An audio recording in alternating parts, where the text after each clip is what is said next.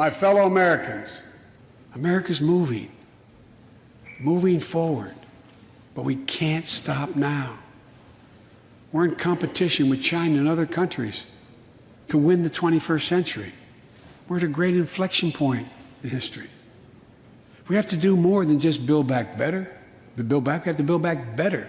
American jobs plan will be the biggest increase in non-defense research and development on record. We'll see more technological change, and some of you know more about this than I do. We'll see more technological change in the next 10 years than we saw in the last 50. That's how rapidly artificial intelligence and so much more is changing. And we're falling behind the competition with the rest of the world. Decades ago, we used to invest 2% of our gross domestic product in America, 2% of our gross domestic product in research and development. Today, Mr. Secretary, that's less than 1%.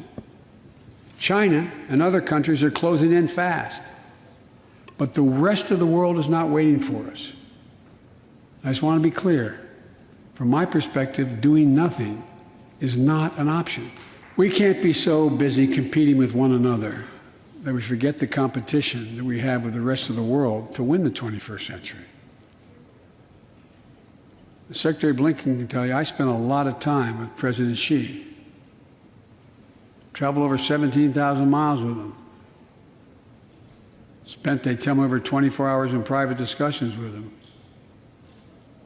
When he called to congratulate him, we had a 2-hour discussion. He's deadly earnest about becoming the most significant, consequential nation in the world. He and others, autocrats, think that democracy can't compete in the 21st century with autocracies because it takes too long to get consensus. In my conversations with world leaders, and I've spoken to over 38, 40 of them now, you know what they say?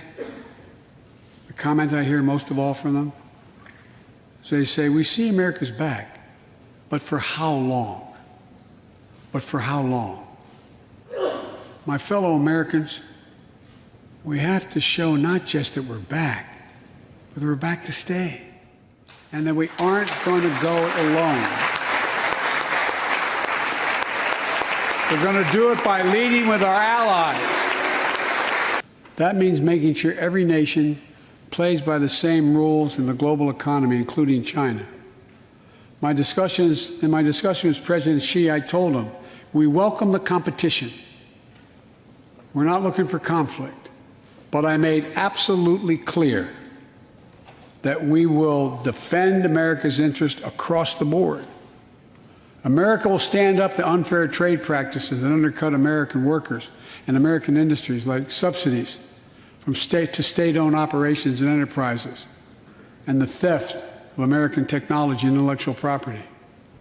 I also told President Xi that we'll maintain a strong military presence in the Indo-Pacific, just as we do with NATO and Europe, not to start a conflict, but to prevent one.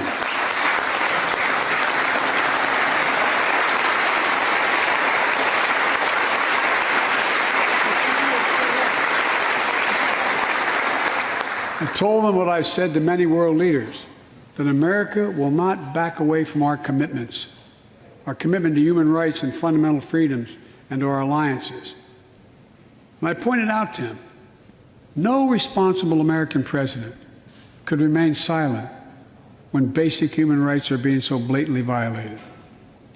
An American president has to represent the essence of what our country stands for. America is an idea, the most unique idea in history. We are created, all of us, equal. It's who we are, and we cannot walk away from that principle. And